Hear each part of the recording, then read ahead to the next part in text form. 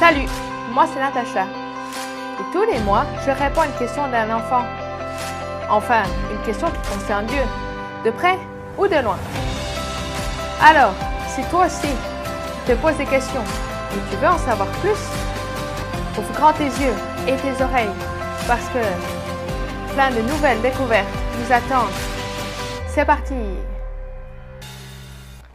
Qui dit nouvelle intro dit nouvelle série de vidéos. Je ne sais pas toi, mais moi, plus je grandis et plus je me pose un tas de questions et j'ai pas beaucoup de réponses. Alors peut-être que toi aussi tu te poses des questions sur Dieu, sur le monde. Alors ce que je te propose, c'est que tu m'envoies toutes tes questions et moi, j'essaye d'y répondre. Concrètement, si tu as une ou plusieurs questions, tu peux les envoyer à l'adresse suivante, sous forme de vidéo, de vocal ou de SMS. De mon côté, je choisis les questions auxquelles je souhaite répondre et comme ça, au fur et à mesure, on deviendra de plus en plus intelligents tous ensemble. Pour cette première vidéo, c'est Johan, 7 ans, qui m'a posé une question. On l'écoute. Pourquoi Jésus est-il mort et après qu'il est ressuscité et qu'après il est parti au ciel comme s'il était mort? Merci Johan pour cette question très intéressante et pas facile. Avant de passer à l'explication, je te propose de t'arrêter, de faire une pause et de demander à Dieu avec tes mots qu'il t'aide à comprendre ce que je vais t'expliquer.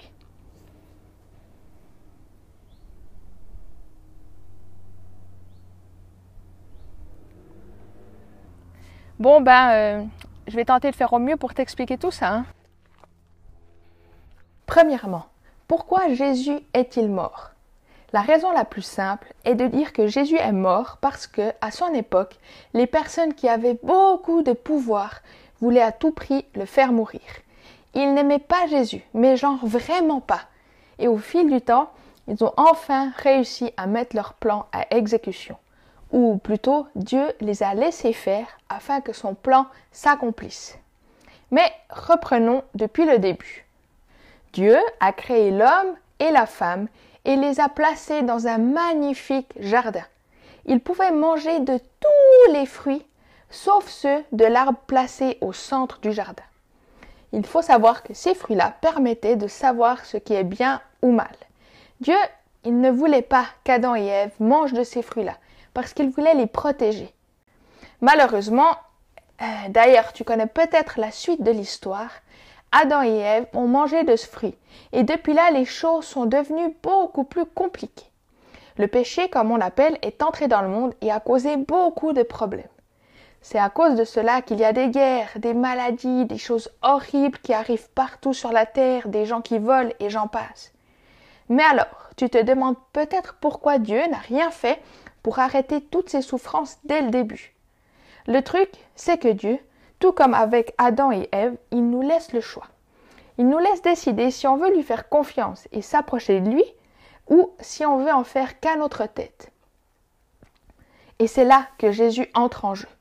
La mort de Jésus nous permet de nous rapprocher de Dieu.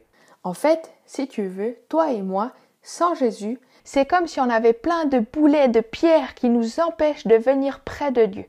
On appelle ça le péché. C'est tout le mal que l'on fait, voler, mentir, taper, etc. C'est trop lourd et on est trop sale pour s'approcher de Dieu. Mais Dieu, qui nous aime tellement, a décidé d'envoyer son Fils Jésus sur la terre pour qu'il soit puni à notre place, qu'il meure à notre place. Et oui, ça ne suffisait pas qu'il soit puni de dessert par exemple. Il devait vraiment mourir pour nous tous. Ce sacrifice de Jésus nous permet ainsi de nous rapprocher de Dieu en étant tout beau, tout propre, lavé de nos péchés.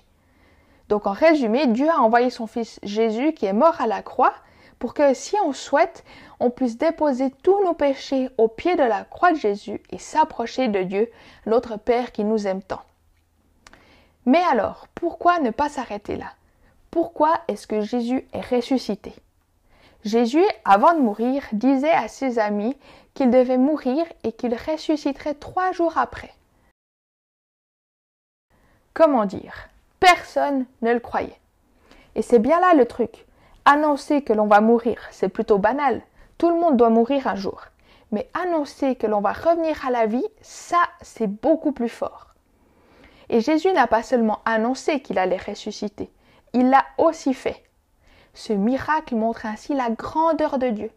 Personne d'autre que lui n'a fait une telle chose. Et on sait que c'est vrai, parce que beaucoup de personnes l'ont vu sur la croix, puis ressuscité. Et à cette époque, personne n'aurait pris le risque d'annoncer une telle nouvelle si ce n'était pas vrai. Ils risquaient trop d'être pris pour des fous. En résumé, les chrétiens ne croient pas en un Dieu mort, mais en un Dieu qui a vaincu la mort, et auprès duquel on peut s'approcher en sachant qu'il ne nous condamne pas. En fait, c'est la résurrection de Jésus qui nous permet de croire en toutes ses promesses. Enfin, pourquoi est-ce que Jésus est monté au ciel comme s'il était mort? Pour répondre à cette question, je te propose d'ouvrir ta Bible à la toute première page où on peut lire « Au commencement, Dieu créa le ciel et la terre ». Avec ce verset biblique, on comprend que Dieu est au-dessus du ciel qu'il a lui-même créé. En plus, on a vu avant que Jésus est bel et bien vivant, même si on ne le voit plus ici sur la terre. En plus de ça, il fallait que Jésus monte au ciel pour que le Saint-Esprit puisse nous être envoyé. Imagine un petit peu, si Jésus était resté sur la terre, ça aurait été un petit peu compliqué pour lui d'être partout en même temps. Tandis qu'avec le Saint-Esprit, si on l'accepte dans notre cœur, il peut être avec chacun d'entre nous. C'est beaucoup plus pratique et c'est un truc de ouf. Bon, voilà, j'ai tenté de répondre du mieux possible à cette question. Ce que je te propose, après avoir fini cette vidéo, c'est de faire un dessin pour peut-être t'aider un petit peu à y voir plus clair. Et si tu as des questions qui viennent, je suis là. Et toi, Yann, ça me ferait très plaisir que tu m'envoies ton dessin pour que je voie si j'ai bien répondu à ta question. Sur ce, je me réjouis de recevoir tes questions et je te dis à une prochaine. Ciao!